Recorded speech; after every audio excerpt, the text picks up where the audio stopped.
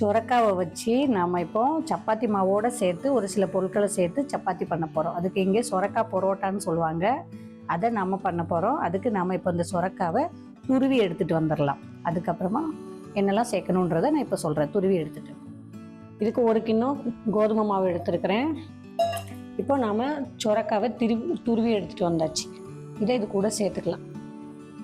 இது அப்படியே கொஞ்சம் கொஞ்சமாக தண்ணி விட ஆரம்பிச்சிடும். இன்னும் தண்ணி விட்டு பிசைய தேவையில்லை. இது கூட நாம் 1 கிண்ணம் துருவின கேரட் சேர்த்துக்கலாம்.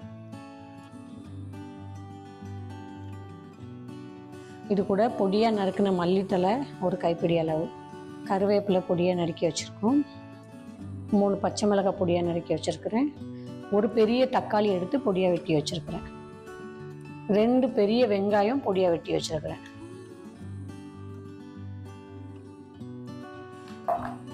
இது கூட 2 ஸ்பூன் மட்டும் கடலை மாவு சேர்த்துக்கிறோம்.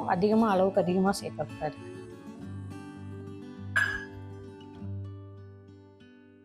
இதில் கொஞ்சம் முழுசாக ஜீரகம் சேர்த்துக்கிறோம் 1 ஸ்பூன். தேவையான அளவு உப்பு,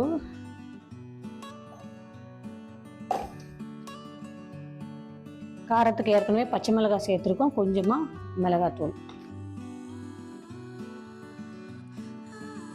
1/2 ஸ்பூன் மஞ்சத்தூள், கொஞ்சமாக இஞ்சி பூண்டு பேஸ்ட்டும் சேர்த்துக்கலாம் இதில். இது இப்போ நம்ம தண்ணீர் விடாமல் அப்படியே அதிலே தான் பிசையணும். ஏன்னா சுரக்காவில் வந்து தண்ணீர் விட்டுகிட்டே இருக்கும். அதனால் அப்படியே மிக்ஸ் பண்ணிடலாம் எல்லாம் சேர்த்து. இப்போ பிசைஞ்சு எடுத்துகிட்டு வந்துடலாம். கொஞ்சம் கூட தண்ணியே சேர்க்காம மாவு பிசைஞ்சு எடுத்துகிட்டு வந்தாச்சு. இதில் தண்ணி சேர்த்தா ரொம்ப நெல்லுன்னு ஆகிடும். இப்போ லேசாக கையில் எண்ணெய் தொட்டுட்டு மாவு எடுத்துக்கலாம். இவ்வளோ மாவு எடுத்துக்கலாம் ஒரு பரோட்டாவுக்கு. ஏன்னா இது கொஞ்சம் அடை தோசை மாதிரி தடிமனாக தான் இருக்கும், டேஸ்ட்டாக இருக்கும். இப்போ நம்ம சப்பாத்தி தேய்ச்சிக்கலாம்.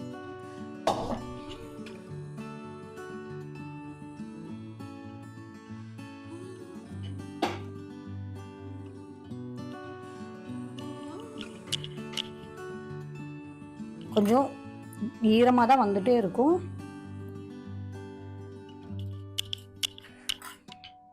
ரொம்ப அழுத்தம் கொடுக்காம லேஸாக தேய்ச்சி எடுத்துக்கலாம். இது ரொம்ப பெருசாகவும் போட முடியாது. அவ்வளோதான்.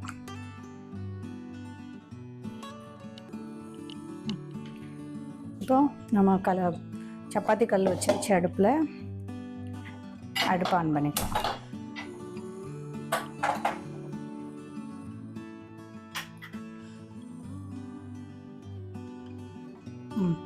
கல் சூடாயிருச்சு.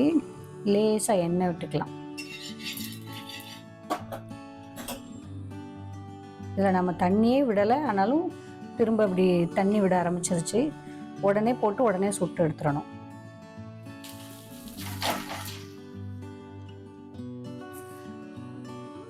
இதிலும் லேசாக எண்ணெய் விட்டுடலாம். இது வந்து பெரும்பாலான குழந்தைங்களுக்கு வந்து இப்போல்லாம் எந்த காய்கறியுமே விரும்பி சாப்பிட மாட்டாங்க. அதுதான் பிரச்சனையே. அதை இப்படி தான் மறைச்சி வச்சு கொடுக்குற மாதிரி இருக்குது. தோசைக்குள்ளே, சப்பாத்திக்குள்ளே, பரோட்டாக்குள்ளே. அப்போ இதோட டேஸ்ட் அவங்களுக்கு தெரியாது. குழந்தைங்களுக்குங்கும் போது நீங்கள் பச்சை மிளகாய் போடாமல் பண்ணிக்கலாம். காரத்துக்காக கொஞ்சம் மிளகாத்தூள் புரட்டி போட்டுடலாம். இப்போ ஓரளவுக்கு வெந்துருச்சு. இந்த பக்கம் நெய் வேணும்னு நினைக்கிறவங்க நெய் ஊற்றிக்கலாம். நம்மளோட விருப்பம்தான், டேஸ்ட்டுக்கு ஏற்றபடி. இது நார்மலாக அடை தோசை மாதிரி தானே இருக்குது அப்படின்னா எல்லாருக்கும் தோணும். ஆனால் இதில் ஹெல்த்தியான டிப்ஸ் இருக்குன்றது தான் உண்மையான விஷயமே. அதில் சுரக்காவோட இப்போல்லாம் வெக்க டைமில் நம்மளோட வேர்வையாக நிறைய வெளியேறிட்டு இருக்கு நம்ம உடம்புல இருக்கிற நீரெல்லாம். இது மூலமாக நம்மளுக்கு நீர் சத்து கொஞ்சம் அதிகரிக்கக்கூடிய தன்மை இருக்குது.